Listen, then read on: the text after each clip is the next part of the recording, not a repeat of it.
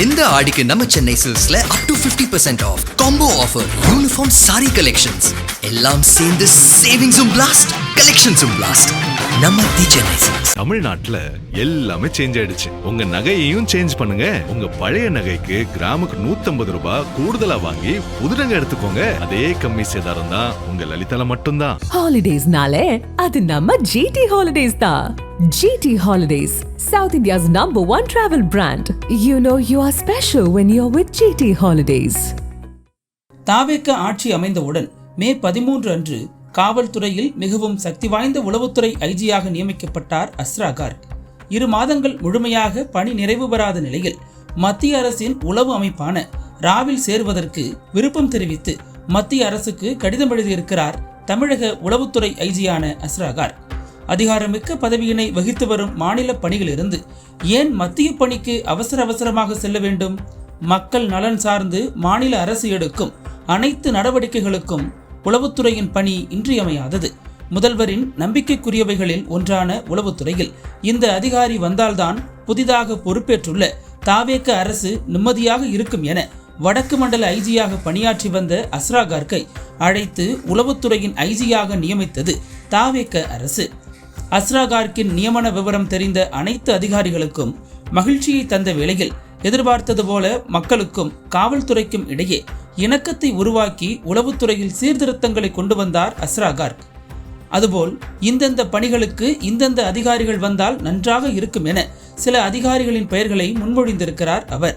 அதுபோல இந்தந்த அமைச்சர்கள் புரோட்டோகாலை மீறுகின்றனர், இதனால் பாதுகாப்பு அதிகாரிகள் குழப்பத்திற்கு ஆளாகி பாதுகாப்பில் குளறுபடி ஏற்படுகிறது, அசம்பாவிதங்கள் ஏற்படவும் வாய்ப்புண்டு என கூறியும் மதிப்பதில்லை.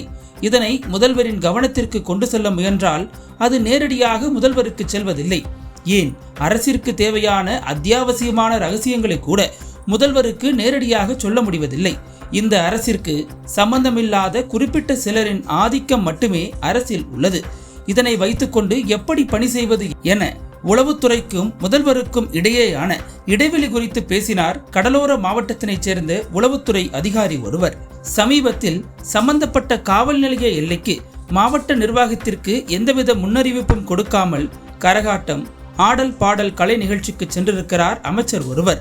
பாதுகாப்பு வலயங்களை மீறி ஆட்டத்தினை ரசித்து ரசிக மனநிலையில் அமைச்சர் உட்கார்ந்திருக்கிறார் என அருகில் உள்ள காவல் நிலையத்திற்கு செய்தி கிடைக்க அலறி அடித்து சென்றிருக்கின்றனர் உள்ளூர் போலீசார்.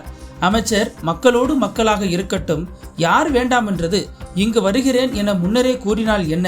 இத்தனைக்கும் இந்த நிகழ்ச்சி அமைச்சரின் அஜெண்டாவிலேயே இல்லை. கூட்டத்தில் இருக்கும் யாராவது ஒருவர் ஏதாவது அசம்பாவிதத்தை நிகழ்த்தினால் யார் பொறுப்பு என்கின்றனர் உள்ளூர் உளவு அதிகாரிகள். இதுபோல பல சம்பவங்கள் நிகழ்ந்த நிலையில்தான் மத்திய அரசு பணிக்கு தயாராக உள்ளதாக விருப்ப கடிதம் எழுதியிருக்கிறார் உளவுத்துறை ஐஜியான அஸ்ரா கார்க்.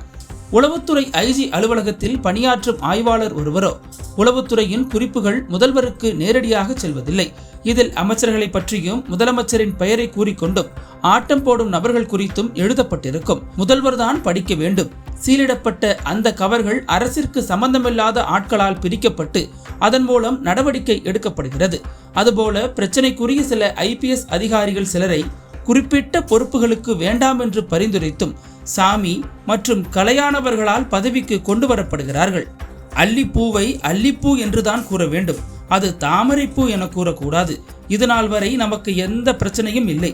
இந்த நிலை நீடித்தால் அரசுக்கு கெட்ட பெயர் வருகின்றதோ இல்லையோ, நமக்கு கெட்ட பெயர் வந்துவிடும். ஆகையால் ஏன் இந்த பொல்லாப்பு? ஆளை விட்டால் போதும் என அஸ்ரா கார்க் மத்திய பணிக்கு திரும்ப விருப்பம் தெரிவித்திருக்கின்றார். அது சாத்தியமா? மத்திய பணிக்கு விருப்பம் தெரிவித்த நிலையில் அவர்கள் மாநில அரசிற்கு கடிதம் எழுதுவார்கள். எந்த ஒரு குற்றச்சாட்டும் இல்லாத நிலையில் விருப்பம் கேட்ட அதிகாரியை மாநில அரசு மத்திய பணிக்கு அனுப்பி வைக்கும்.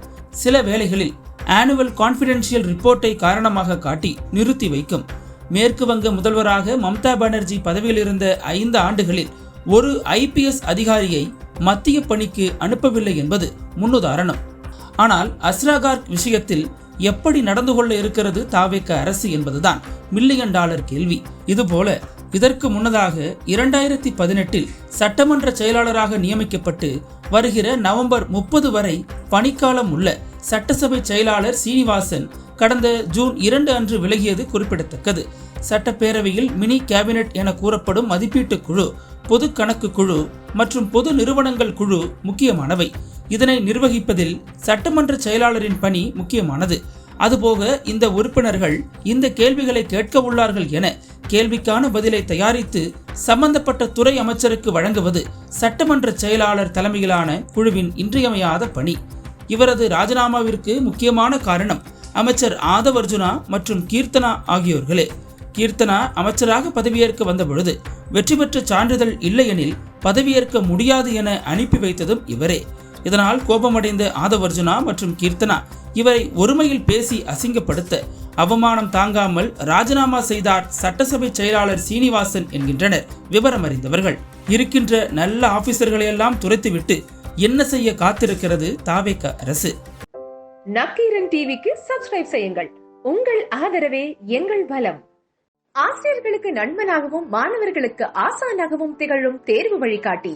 ஒவ்வொரு பாடத்திற்கும் அனுபவமிக்க ஆசிரியர்களின் துல்லியமான தெளிவான விடைகள். CNC இருக்கு, தேர்வு பயம் எதற்கு? இது தீரன் பப்ளிஷிங் ஹவுஸ் விற்பனை வெளியீடு.